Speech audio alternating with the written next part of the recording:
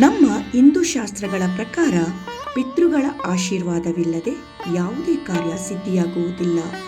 ಆದ್ದರಿಂದ ಈ ಒಂದು ಕಾಲವನ್ನು ಅತ್ಯಂತ ಪವಿತ್ರ ಕಾಲವೆಂದು ಪರಿಗಣಿಸಲಾಗಿದೆ. ಈ ಒಂದು ಅವಧಿಯಲ್ಲಿ ನಮ್ಮ ಪಿತೃಗಳ ಆತ್ಮಗಳಿಗೆ ಶ್ರಾದ್ದ, ತರ್ಪಣ, ಪಿಂಡದಾನ, ದಾನ ಮತ್ತು ಮಂತ್ರ ಪಠಣಗಳ ಮೂಲಕ ಶ್ರದ್ಧಾಂಜಲಿ ಸಲ್ಲಿಸಲಾಗುತ್ತದೆ. ನಮಸ್ಕಾರ ಪ್ರಿಯ ಸ್ನೇಹಿತರೆ, ಪಿತೃಪಕ್ಷದ ಪವಿತ್ರ ದಿನದಂದು ಪಿತೃ ಗಾಯತ್ರಿ ಮಂತ್ರವನ್ನು ಈ ದಿನ ಕೇಳೋಣ, ಪಠಿಸೋಣ ಬನ್ನಿ. ಈ ಒಂದು ಪಿತೃ ಗಾಯತ್ರಿ ಮಂತ್ರ ಕೇಳುವುದರಿಂದ, ಪಠಿಸುವುದರಿಂದ ಪಿತೃಗಳು ಸಂತೃಪ್ತರಾಗಿ ಕುಟುಂಬದಲ್ಲಿ ಶಾಂತಿ, ಸಂತೋಷ ಮತ್ತು ಸಮೃದ್ಧಿಯನ್ನು ಕರುಣಿಸುತ್ತಾರೆ.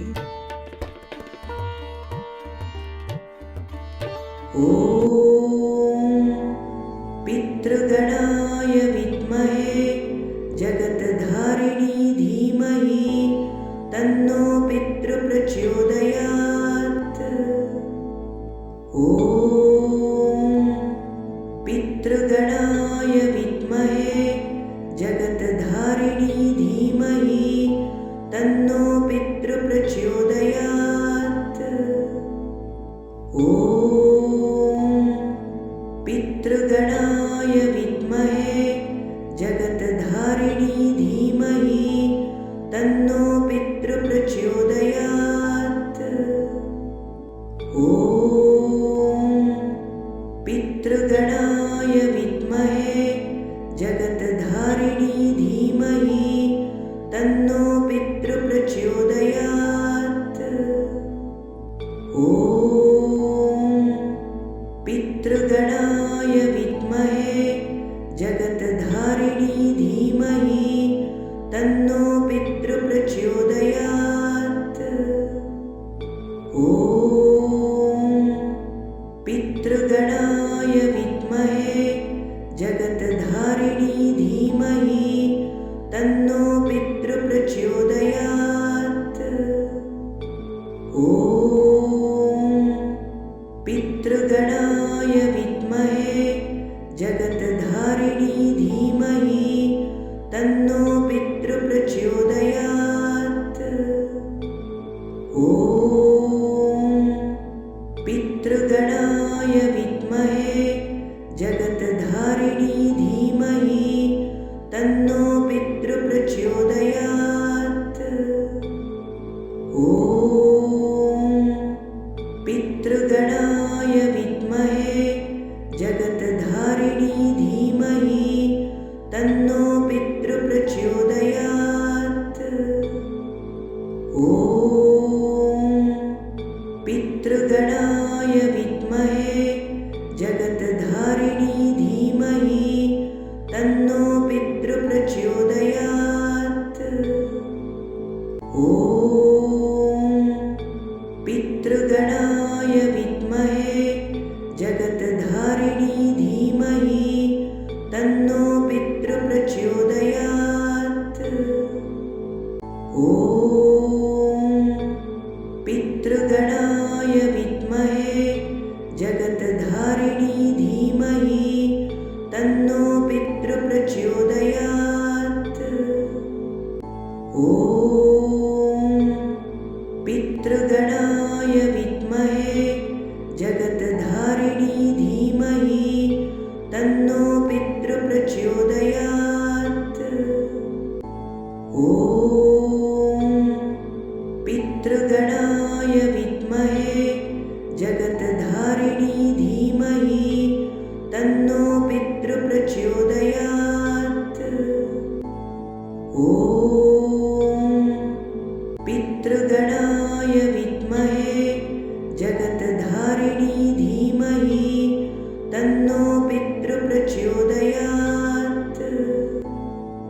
ಓಂ ಪಿತೃಗಣಾಯ ವಿದ್ಮಹೇ ಜಗತ್ಧಾರಿಣಿ ಧೀಮಹಿ ತನ್ನೋ ಪಿತೃ ಪ್ರಚೋದಯಾತ್. ಓಂ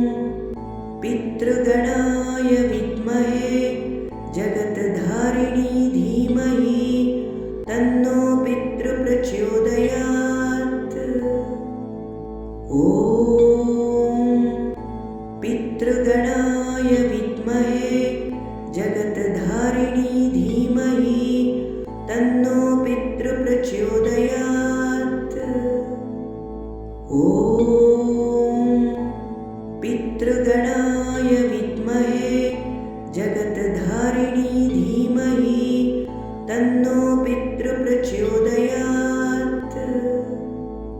ॐ पितृगणाय विद्महे जगत्धारिणी धीमहि तन्नो पितृप्रचोदयात्। ॐ पितृगणाय विद्महे जगत्धारिणी धीमहि तन्नो पितृप्रचोदयात्। ॐ पितृगणाय विद्महे जगत्धारिणी धीमहि तन्नो पितृप्रचोदयात्। ॐ पितृगणाय विद्महे जगत्धारिणी धीमहि तन्नो पितृप्रचोदयात्। ॐ पितृगणाय विद्महे जगत्धारिणी धीमहि तन्नो पितृप्रचोदयात्। ॐ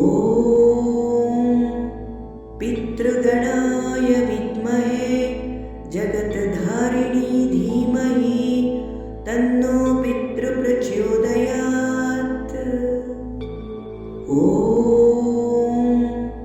पितृगणाय विद्महे जगत्धारिणी धीमहि तन्नो पितृप्रचोदयात्। ॐ पितृगणाय विद्महे जगत्धारिणी धीमहि तन्नो पितृप्रचोदयात्। ॐ पितृगणाय विद्महे जगत्धारिणी धीमहि तन्नो पितृप्रचोदयात्। ॐ पितृगणाय विद्महे जगत्धारिणी धीमहि तन्नो पितृप्रचोदयात्। ॐ पितृगणाय विद्महे जगत्धारिणी धीमहि तन्नो पितृप्रचोदयात्। ॐ पितृगणाय विद्महे जगत्धारिणी धीमहि तन्नो पितृप्रचोदयात्। ॐ पितृगणाय विद्महे जगत्धारिणी धीमहि तन्नो पितृप्रचोदयात्। ॐ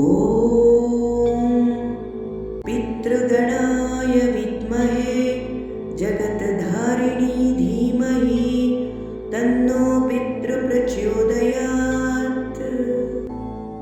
ॐ पितृगणाय विद्महे जगत्धारिणी धीमहि तन्नो पितृप्रचोदयात्।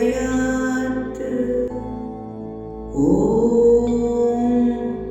पितृगणाय विद्महे जगत्धारिणी धीमहि तन्नो पितृप्रचोदयात्। ॐ पितृगणाय विद्महे जगत्धारिणी धीमहि तन्नो पितृप्रचोदयात्। ॐ पितृगणाय विद्महे जगत्धारिणी धीमहि तन्नो पितृप्रचोदयात्। ॐ पितृगणाय विद्महे जगत्धारिणी धीमहि तन्नो पितृप्रचोदयात्। ॐ पितृगणाय विद्महे जगत्धारिणी धीमहि तन्नो पितृप्रचोदयात्। ॐ पितृगणाय विद्महे जगत्धारिणी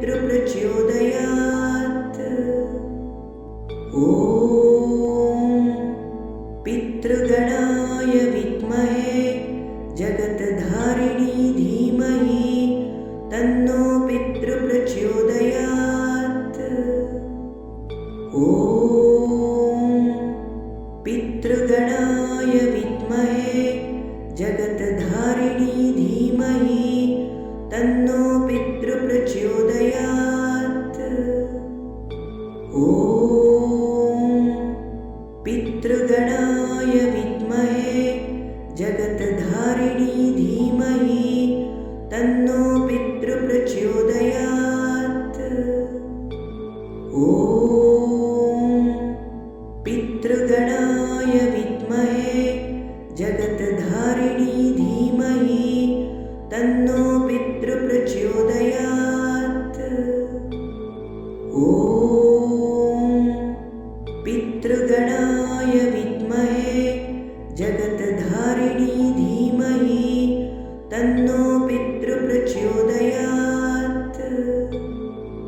ॐ पितृगणाय विद्महे जगत्धारिणी धीमहि तन्नो पितृप्रचोदयात्। ॐ पितृगणाय विद्महे जगत्धारिणी धीमहि तन्नो पितृप्रचोदयात्। ॐ पितृगणाय विद्महे जगत्धारिणी धीमहि तन्नो पितृप्रचोदयात्।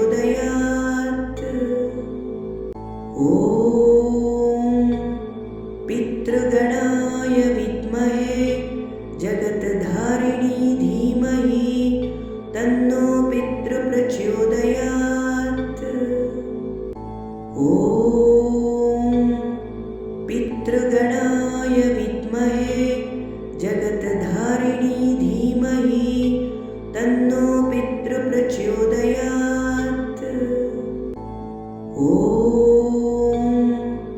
पितृगणाय विद्महे जगत्धारिणी धीमहि तन्नो पितृप्रचोदयात्। ॐ पितृगणाय विद्महे जगत्धारिणी धीमहि तन्नो पितृप्रचोदयात्। ॐ